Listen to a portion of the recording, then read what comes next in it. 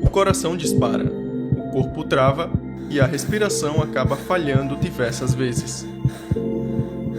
E hoje eu quero te mostrar algumas fobias que assustam até mesmo quem acaba não tendo medo de nada, supostamente.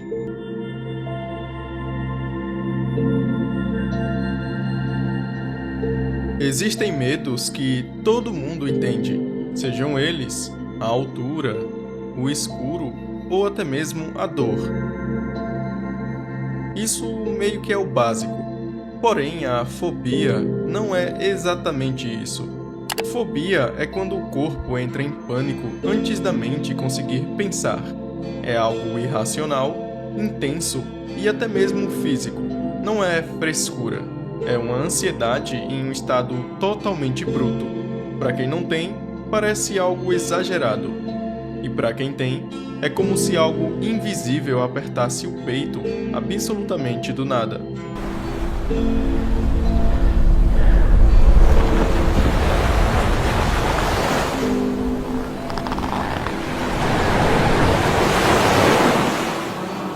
E para começar, eu irei falar sobre uma das piores fobias, na minha opinião, que inclusive eu tenho um certo medo disso aqui.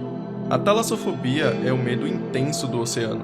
Não da água em si, mas do que existe por debaixo dela, da profundidade ou até mesmo do desconhecido. O mar é bonito visto da praia, mas quando você pensa no azul ficando cada vez mais escuro, ou quando não tem mais nenhuma base de apoio, alguma coisa muda dentro de você. Pessoas com talassofobia não possuem apenas o medo de nadar em si, elas sentem pânico ao ver imagens do mar aberto, boias solitárias, navios perdidos no horizonte, ou até mesmo ao encarar uma simples imagem do oceano, porque silenciosamente o mar passa uma mensagem quase imperceptível. Você é apenas um pontinho no meio de toda essa imensidão azul. E o pior não é exatamente o que você vê, mas tudo aquilo que permanece oculto diante dos seus olhos.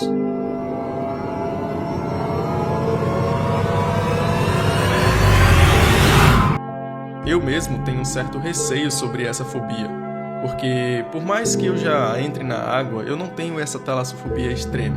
Mas quando me imagino no fundo do oceano, completamente escuro, ou até mesmo aqueles pensamentos aleatórios de estar sozinho no meio do oceano, bem distante, sem ver nenhuma ilha, nenhuma terra por perto, isso acaba me dando um certo receio e uma aflição por dentro. Bom, eu é que não queria passar por isso.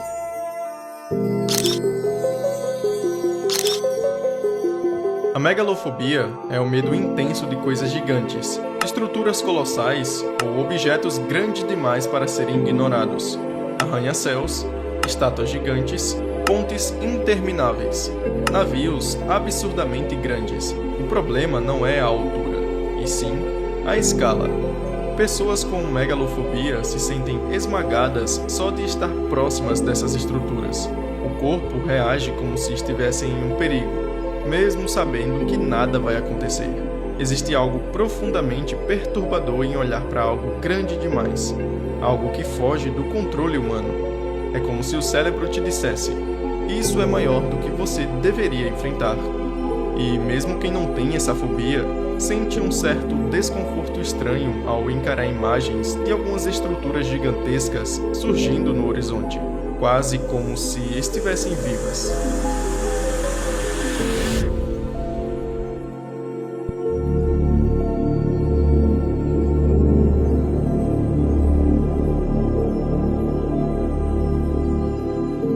Essa fobia é menos conhecida, mas extremamente perturbadora.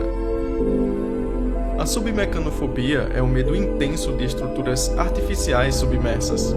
Alguns exemplos incluem navios afundados, plataformas de petróleo, hélices gigantes debaixo d'água, ou máquinas esquecidas no fundo de rios, lagos e até mesmo oceanos. medo não vem só do objeto em si, ele vem da mistura entre o metal, a água e o abandono. Essas estruturas parecem fora do lugar, silenciosas e também paradas no tempo. Pessoas com submecanofobia sentem pânico só de imaginar estar próximas dessas coisas, mesmo em parques aquáticos ou lagos artificiais, porque o cérebro não sabe o que esperar daquilo, e o desconhecido, debaixo da água, sempre parece o pior.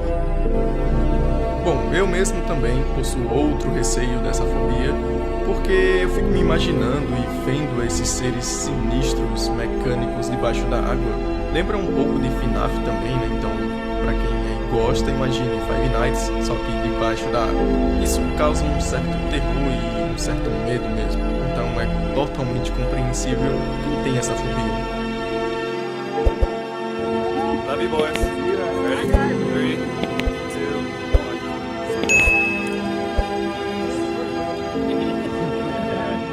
A altura assusta praticamente todo mundo. Mas a acrofobia vai muito além disso. Não é o simples medo de cair, ou então o medo de estar no alto. Mesmo em lugares seguros, com proteção, grades ou até mesmo vidro, o corpo entra em um estado de colapso. As pernas tremem, a visão se distorce e a mente cria cenários que não existem. O cérebro age como se já estivesse caindo, mesmo estando parado, e quanto mais você tenta se acalmar, mais o corpo reage por conta própria.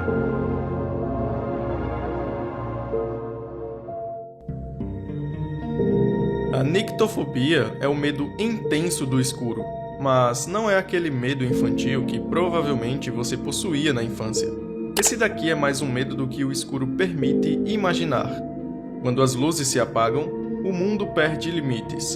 O que antes era comum vira ameaça. Sombras se movem, ruídos ganham significados, e o silêncio pesa muito mais. Essa fobia não tem a ver com monstros reais, tem a ver com a mente sem freio. Porque no escuro, você não controla o que você pensa, você apenas vê aquilo que você sente. Esse daqui é um dos mais conhecidos, e também, acredito eu, um dos que as pessoas mais possuem. A claustrofobia não é só um lugar pequeno, é a sensação de não ter saída, passagens estreitas ou dutos. O problema não é o espaço em si, é a impossibilidade de escapar. Existem algumas pessoas que acabam buscando isso propositalmente, fazendo explorações subterrâneas, entrando em cavernas extremamente estreitas ou então buracos onde mal cabe um corpo humano. E aí, acaba vindo um dos erros mais fatais de todos: seguir em frente quando não há como voltar. A mente humana entra em um desespero total. O corpo trava e o ar parece acabar. Casos reais mostram que, nesses ambientes, uma decisão errada não tem nenhuma correção. Não há um espaço para você se virar e voltar atrás.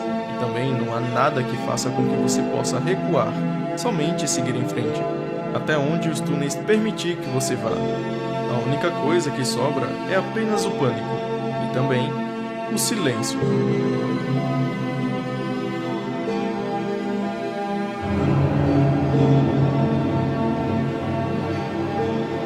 Essa é uma das fobias mais comuns do mundo, e também uma das mais incompreendidas. A aracnofobia é o medo intenso e irracional de aranhas.